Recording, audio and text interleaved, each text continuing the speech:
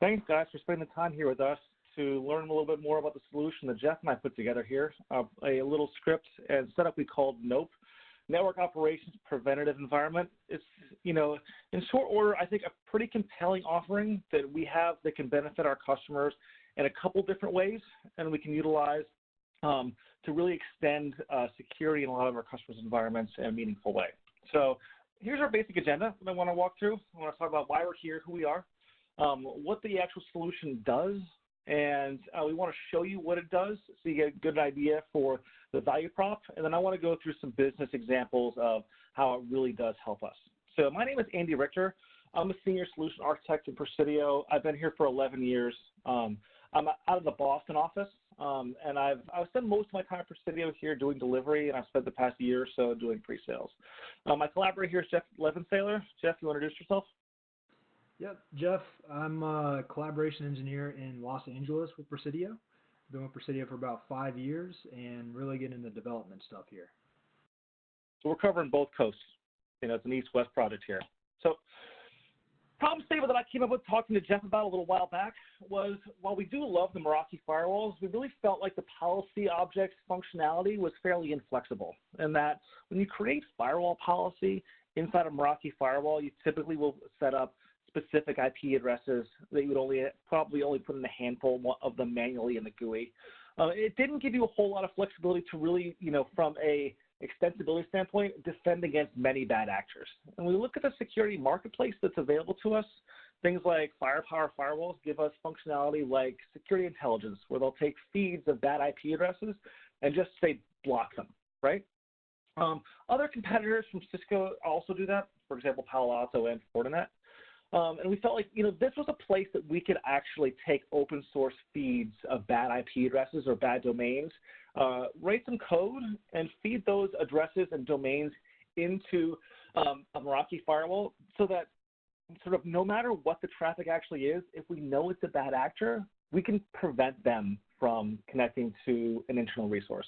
What he kind of also said is that we can look at object groups and allowing people to create specific object groups that get updated across Meraki firewalls. This is a value prop that I feel like is important. We'll talk a little about later, where we've actually lost deals because competing firewalls offer functionality like dynamic object groups and that kind of thing, where it would be difficult for us to otherwise implement it natively. Talk a little about bad IP addresses. Bad domains are just as bad, and we can also get open source feeds of bad domains, and we could simply blacklist those, or if we wanted to, whitelist good domains. In the implementation of the tool today, we're really blacklisting really bad known domain names. So if a person tries to connect to any of those, we can block them kind of no matter what that domain happens to be doing. That will remove the requirement for things like IPS rules on those bad guys. We can just say, you know what, there's no point in talking to the bad guy in the corner. Doesn't matter what he's selling, probably not a good thing. So what does the tool look like? So to be honest with you, Jeff Levensaler did the primary coding. He's an excellent coder. I had some ideas about this, but he's the main drafter. Wrote it in Python, JSON, and using the Meraki API. I think it's really excellent. So we're using today open source feeds from places like Kimru, Spamhaus, and DShield.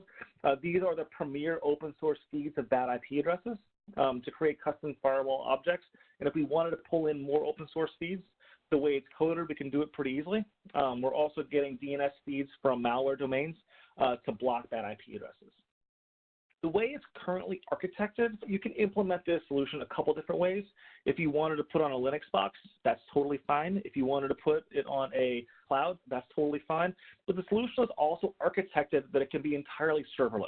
There's no requirement for us to require a specific server to run this thing on. So it's also architected to run on AWS Lambda. If we wanted to put it on another serverless architecture, something in Azure or GCP, it's totally plausible. So I want to hand the ball over to Jeff for a sec to give you guys a demo of what the tool looks like and how it works.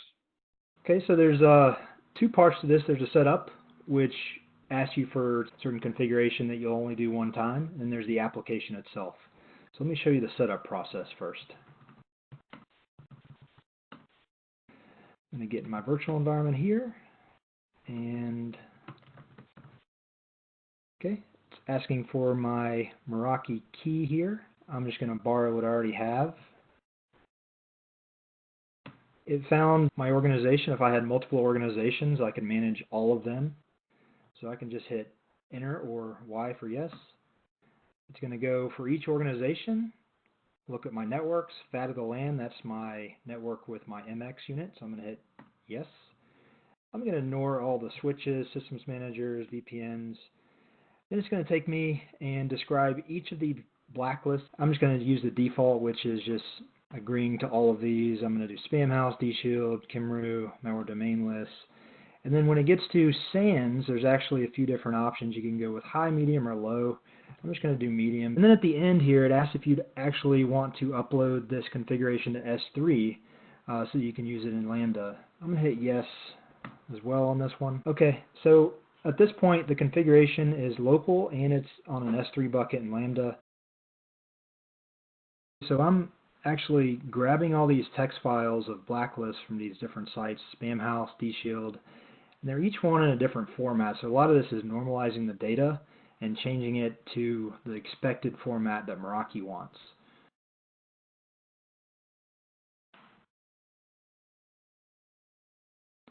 And I think SANS is the last one there. It actually found that I had some of these rules already applied, and it's going to replace the rule with the updated rule.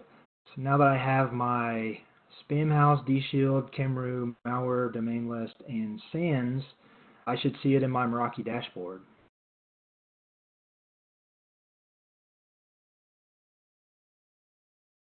So while we're waiting here, Jeff, you want to give these guys an idea of how many objects we're actually pushing here? Because I think it's impressive when you look at the overall statistics of the volume of objects we're able to push in these Meraki firewalls.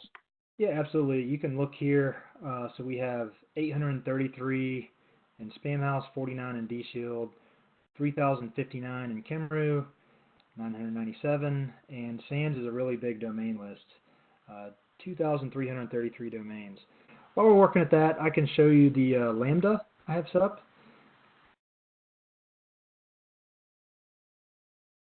So one of my favorite things to do is use CloudWatch as a cron type of service. I can go to events and rules, and I can see that I have some events set up here. One of them is dynamic blacklists. So I have a schedule of every day I will run this Lambda function. You can click here for the function. It's basically just the same thing, but instead of reading the environment variables through the configuration file on the local disk, it'll go out to S3 and grab that. So these are the block lists, domain block lists. I'm going to validate that it's an actual IP. Validate that it's an actual payload. And you see each one of these has a different structure, so I'm parsing these and normalizing. And then once I get to the list, I'm going to append the rules to a list, and then I'm going to get the current rules. If the current rule matches, I'm going to apply as an update. If not, I'm going to apply as a new rule. Same thing for the layer 7 rules here. Over to Postman here. I might have a easier way to show all these rules to you guys.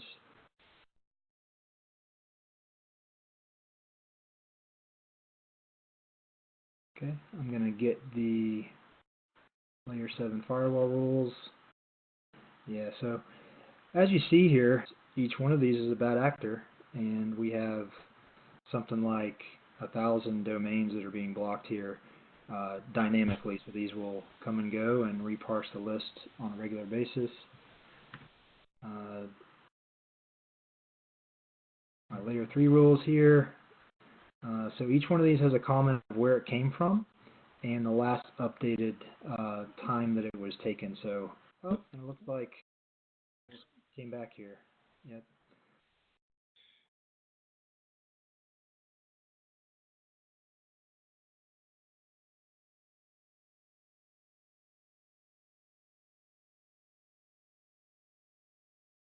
Anything else to add here, Jeff? I think you covered it pretty well. No, just showing you. You can't really see here because it's a comma-separated list. All of these are combined into one rule here. You can't do that with the domains, unfortunately, but for the IP addresses, so that you can actually see them. I did a postman call. So these are all the networks that are being blocked automatically through Nope. Okay, I'm going to pass the ball back to Andy to finish this off. So we actually feel like this is an extremely powerful tool that I think is going to make a real material difference to our customers.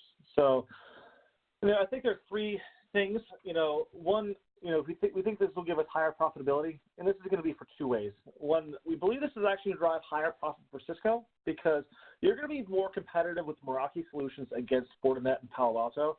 We don't think that it'll eat into any firepower type services just because of the extensibility and functionality provided by Security Intelligence is quite good. But for customers who say, I do want a set of dynamic lists and they don't want to pay for Fortinet or Palo Alto, this will make the Meraki a really viable solution. We also think that it'll give Presidio a remarkable bit of market differentiation.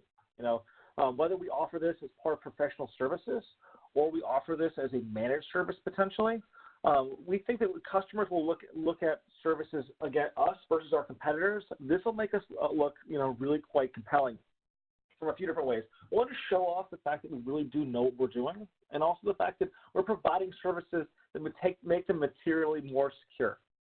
I also want to say that, the functionality here is easy to use. This does not require someone to have a deep level of scripting or Meraki experience to understand the overall functionality provided here. So we can hand this to mid-level engineers with a high expectation that they'll be successful using tools like this. Not for nothing, it's also extremely extensible.